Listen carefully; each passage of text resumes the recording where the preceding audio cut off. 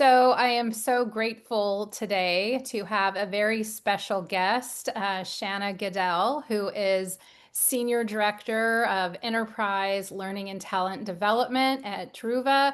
Shanna, thank you so much for taking the time and also out of your busy schedule, and also to talk about a topic that is top of mind for so many people and so important.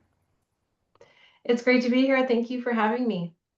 Of course. And so before we start talking about superhuman growth, which is, you can imagine, a topic I am so excited about, can you tell me a little bit about yourself? In other words, was there a person or a situation that, inspired you to greatness, or what really inspired you to be so passionate about learning and development and helping people to be their best? There's been a few people along the way that when I think of them individually that they inspired me, but when I look at the three of them together, how they have helped me to get to where I am today. And the first person was the mom of my best friend that I've known since I was 8.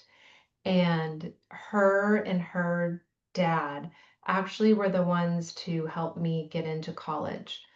I wasn't of a family that individuals went to college, and they both really gave me the confidence to apply and go to college, to apply outside of state. I was in New Hampshire and I really wanted to go to Arizona. They really took a vested interest in supporting me. And that was something in terms of inspiring me to feel as though somebody did this for me. I want to do that for others. I want to help pave the way for others to be successful. Then when I graduated undergraduate school, I was working and really didn't find a job or didn't know if I wanted to do the job that I went to school for, which was social work. And I encountered this woman who she was doing work within our department, doing organizational development. Curious, asked her questions, how did you get into this work? What degrees do you need to have? And what do you love most about it? And there was an element of I'm helping the business and I'm helping the people do their best work. And that really resonated with me. And that's when I went back to school in graduate school, worked full time during the day, went to graduate school full time at night, and I got my master's in industrial and organizational psychology. So, really being able to support businesses and people to be successful. My first job out of graduate school, there was a woman, her name was Stacy Weichart, and I was very young in my career, just out of graduate school. She believed in me and gave me lots of opportunities to be able to grow, to learn from her, to get coaching and feedback. And even to this day, when I think about the type of leader that I want to be or known for, she always pops into my mind because she really has a way in terms of being able to show up and always support the business and the people around her. Mhm. I love that so much. So it just makes me pause and think, really think about, even if you help one person, a day, and how it can really change the trajectory of their lives. I mean, I was thinking as you were talking, imagine if you didn't have your friends parent and and I guess it was your friend's grandfather as well, and the only narrative you heard is like, you don't need to go to college, or you don't deserve to go to college, or what, so I just so that really ties into how important it is, in companies. And especially because if you're tuned into that, it seems like if you're really tuned into that in a company, because sometimes some people might be like you and that they're already working for a company, but maybe they feel like they're not quite in the right role, kind of like you felt like maybe social work wasn't for you, Mhm. but maybe they could be a rock star in something else, and just having that ability to educate and help them shift and pivot must be super rewarding. Yeah, I really enjoy the role that I have. I have many roles as a learning and talent development because there's so many different branches underneath it. One is the traditional learning, so the learning programs. The other piece is the leadership coaching. I really get a lot of satisfaction out of that because you can see where an individual starts and that you've kind of been able to help them see and open up the door of what is possible for them.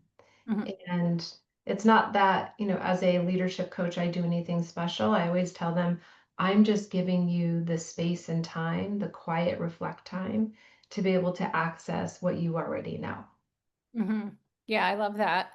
And so when you're thinking about the trajectory of your career, it's kind of a loaded question, but were there ever any setbacks or did it get derailed or did it something that made you take pause? And if so, what was the mindset that, allowed you to keep going and pursuing something that maybe wasn't necessarily easy, but that you were passionate about? Yeah, there's a lot there. Some challenges and setbacks that I had in terms of growing my career was earlier when I had my twins, working mom, and I lived in an area where I didn't have any family. And at that time, many of my girlfriends had moved out of California because it was expensive to raise families, and felt as though I was really doing it on my own. And I really wanted to be able to work part-time or have a job share opportunity where I could work 3 or 4 days a week, but then somebody else was keeping the lights on. And I approached my direct manager at that time. No, we don't do this here. That's not anything that we've done in the past. And I was able to have ongoing conversations around how this could really work. Mhm. And she said, okay, we're going to test it and we're going to try it out. And I was able to do that for quite some time. And I really felt as though that helped me to be able to be a mom and be home when I needed to, but also to continue to grow my career and keep the door open for possibilities and to learn and grow. And that to me was a really big challenge that I was able to overcome. Mhm. Wow, so you're a pioneer of sorts. I'm a pioneer. Or you could say that, and my kids are the same way, is taking no on the is well, it's no now, but maybe it's going to be yes later. Yeah, I don't know how old your kids are, but if they're either teenagers or they've moved through their teenage years, they've probably modeling that. It might make it a little rough on you, but it'll serve them well in the future. Yes. Yes. And I do believe that the skill that I've been working on from, early career to now is being able to influence and understanding how do you influence people at different levels, what's important to them, and really being able to navigate because you're always going to come up against challenges and there's always going to be a no and a reason why you can't do it. And if you can think about, if it's the right thing for the business or the person, how do I influence them? How would I bring them along? Yeah, where you're totally speaking my language. I'm so passionate about influence, and you're also spot on as thinking about it from the other person's perspective, what would make it a win for them, a win for the business, and approaching them with compassion and curiosity first. And it sounds like you were able to do all those things. And at the end of the day, it was kind of a win-win-win. So I do see, and that level of influence takes a certain level of confidence, and self-efficacy and belief in yourself. So Mhm.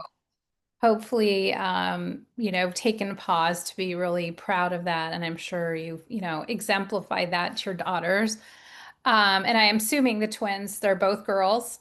They're both boys. Oh, they're both boys. I was way Yes. off. Yeah. Okay, well, having a really strong mom, I think it's just as important, if not more important. So that's really great. And so I wanted to segue a little bit into the title of the session, which is Superhuman Growth. There's been so much talk about AI. I think that people are while realizing that it's so important to learn and continue our education, it's just as important, if not more important, to understand how to optimize our teams in Mm. this important time. And so, can you tell us a little bit what you mean by superhuman growth and how that's being approached at Druva? Superhuman growth to me is we need to ensure that if we are growing and learning, that there's the human aspect that is a part of that.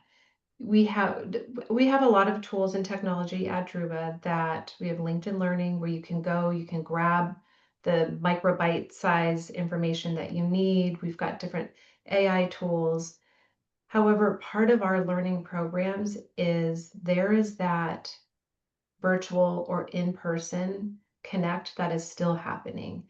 And when you get people together, there's a higher likelihood that they are going to take action as a result of having come together, having challenged each other in a different way, having worked through different scenarios. And my hope is that with learning and development and just how we're approaching learning in general, that yes, we do continue to leverage the technologies that are available, but we don't lose sight that we are humans and to change behavior and mindset, it takes another human to help you with that. Mhm. And so, what do you think are the main, like, what do we lose if we just turn everything over to machine learning? I mean, what is what I call it the lost pain or the consequences? Because a lot of times leaders are under a lot of pressure for growth and cutting costs and all these different things, which of course are very valid, but they might be short-sighted, Mhm. and that it might save some money today, but then there might be a cost later. So, what are your thoughts on that? Yeah. I think that the risk is losing the interconnectivity, that's a word, of individuals. I am using a AI leadership coach called Pascal, and it's through Pinnacle. We are going to be rolling it out to our VP population, and it's absolutely amazing. And there's a time and place for it because the piece that you can miss is say we're giving the AI Pascal to all of our VPs and they're getting individual coaching, but if you're not bringing those VPs together to talk about how are you working together, what are the synergies, what's the collaboration, that's the missed opportunity. And you don't necessarily get that if you are using the AI or the piece of technology for yourself. For yourself, it's great. But how Mhm. does it really create that connective tissue in an organization and a team? Yeah. And so it seems like then it's just using the AI alone, it can be helpful, but it cannot add the human touch. It's going to integrate it all together. Yes. And when I'm building programs, I'm looking at it from an end to end. And what we have at our programs at Druva is many of them start off with a 360 feedback survey where they're able to get the data in terms of what are they strong in, what are their growth areas. And we do this for our rising leaders as well as our existing manager program. You have the 360. We give them LinkedIn learning courses, so they're able to pull that information, do it on their own time. Then we come together and we have conversations about that content and we talk about how do you apply it? What does it look like in the real world? And then there's actions that are associated following that in person.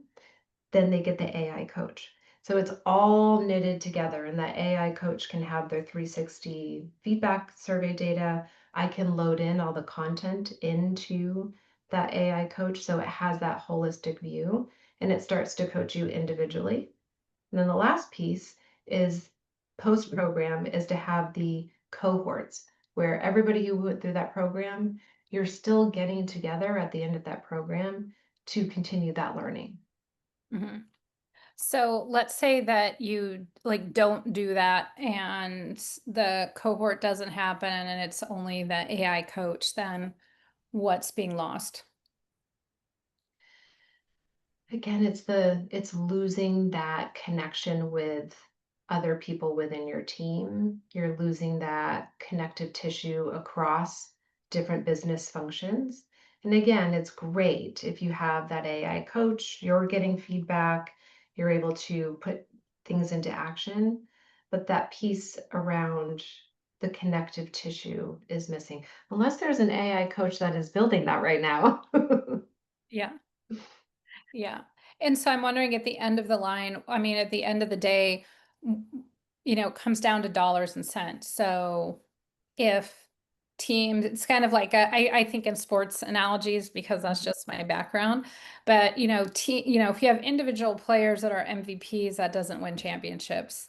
They Hmm. have to be able to work together. And so when it comes to growth and the bottom line, where's going to be the lost pain there without the human connection? I mean, it's going to impact the bottom line financially, right? So if individuals are operating as MVPs, great. But if they work together as a team, they're going to be able to achieve better sales targets. The engineering team is going to be more innovative. You can be innovative on your own, but when you're in a room full of engineers that are able to challenge you, it's going to just, you're going to elevate that. Yeah. Yeah, 100%. Yeah, I've seen it and it's really exciting to hear you, talk about this. And so what do you think then is important for creating superhuman teams What is important to create superhuman teams? or take your existing teams kind of to the next level? Yeah, I think there's going to be a level of curiosity. And and I say that because if we do not have curiosity, we are continuing to operate as we always do. And when people are curious about, well, how come it was approached this way? Or why did we miss our sales number again? Or how is it that our engagement scores are starting to decline? Or why are they higher in this person's team and not the other? Getting very curious is really opening the box of how can we be thinking about doing this differently versus we're all so busy. We are all so busy, back to back meetings, Zoom meetings, or in person meetings, that it's really hard to have that deep reflection time, that white space to ask yourself, what did I learn from this? How might I go about this differently?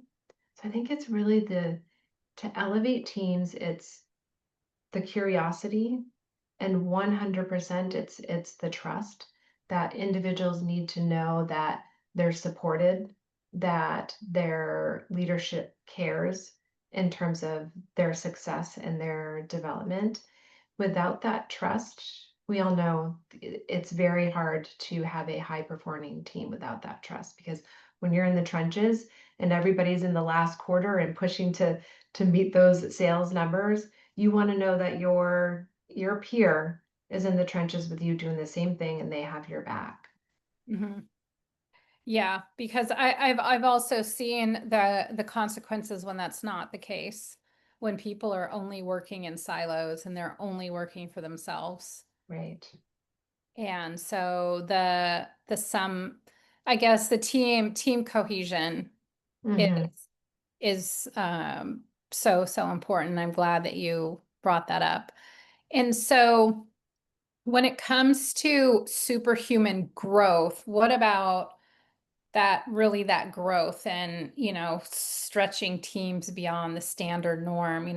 At the time of recording, it's summer's wrapping up, but now probably going to hit September and everybody's thinking probably about the end of the year. And so um in this particular time it might be a little bit of walking the tightrope of finishing the year strong but not burning everybody out. Um, so the following and upcoming year can be strong. So, what do you think about helping elevate teams to that next level with, while maintaining workflow? I think elevating teams to the next level, there has to be a vision of the future, right? There has to be something that they are working towards where they've got that glimmer, the light at the end of the tunnel, the thing that says, "Yes, I am willing to go above and beyond and put in this extra effort because I know where I'm going."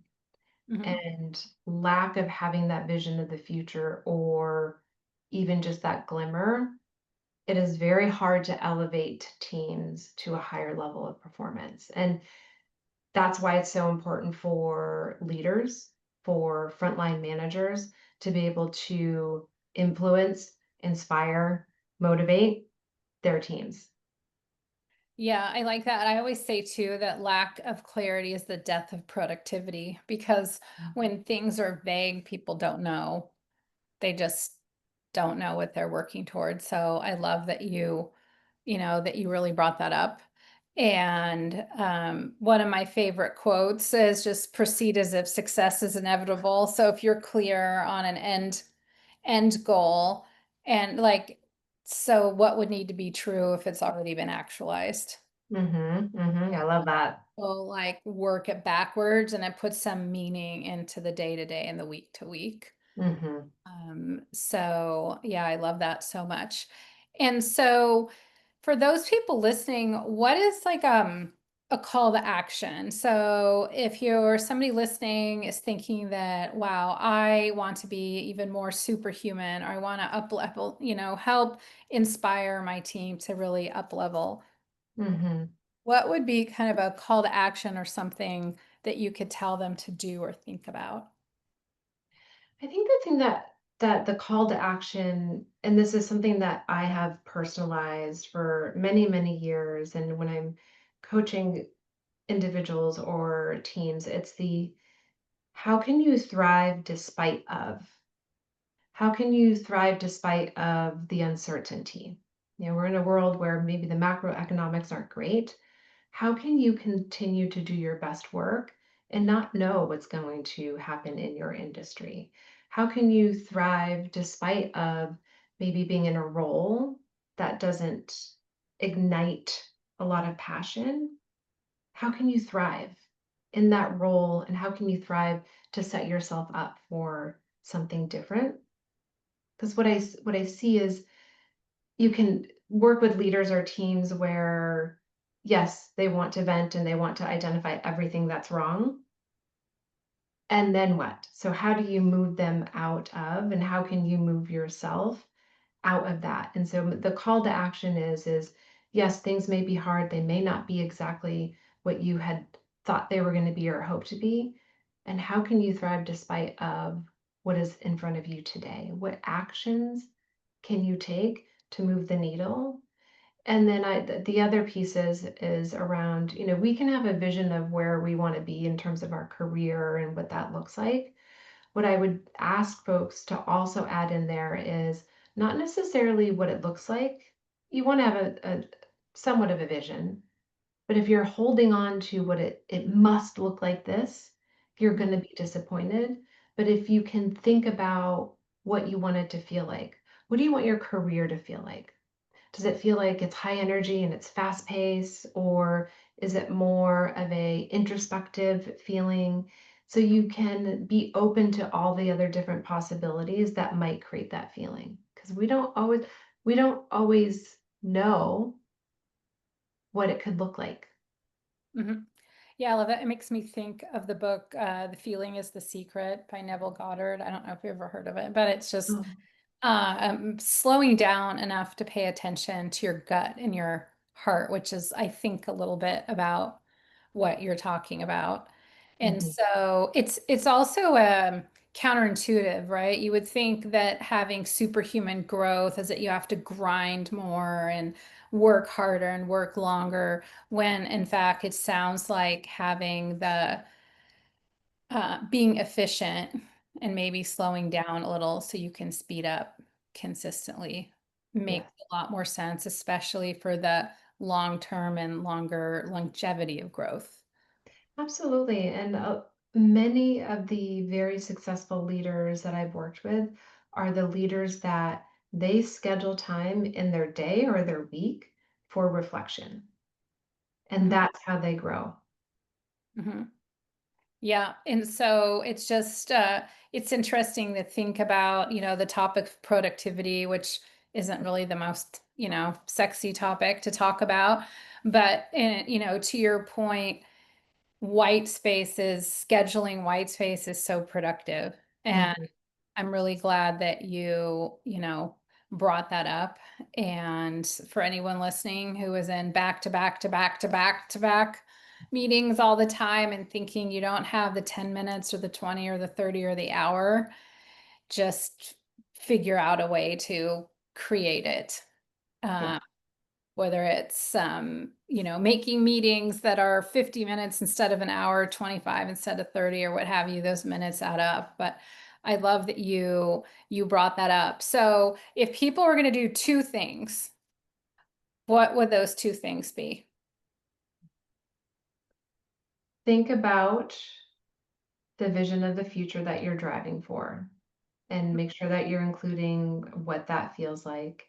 And then know that you're going to hit road bumps, speed bumps, roadblocks, and that you can thrive despite of those and to find a way, whether it's over, around, through, whatever. It's not a linear path. But if you can continue to keep your eye on the vision of the future and be willing to change when you Hmm. go, that doesn't resonate with me anymore, and it's okay. And so Hmm. find the vision of your future and the feeling with it, and then know that you can thrive despite of the challenges that you're going to encounter. Yeah, I love that so much. So it sounds like um, be flexible, but keep moving forward. Is that an accurate summary? It is, absolutely. And I wish I had known that a little bit when I was starting out my career because I definitely had this is what it should look like. And then when it didn't look like that, I was deeply frustrated. And being able to flex is very important, especially now when things move so quickly. Yeah, and then also something else, and I wish I could say who said this. I don't remember. It was not me. I'm not taking credit for it, but it was instead of because I know there's just been a lot of disruption, in the job market recently, but sometimes it's not why did this happen to me? It's why did this happen for me? Mm-hmm, mm-hmm. Sometimes when things happen, it takes a minute to kind of mourn and give yourself permission to mourn. But I love what you were saying to just be flexible and move forward. And sometimes, to your point, we get a cosmic nudge in another direction. So I love that you brought that up. Well, Shanna Goodell, thank you so much for your time and congratulations on all of your success the last couple years at Druva. And I look forward to following your journey. Oh, thank you so much for having me. I really appreciate it. Of course.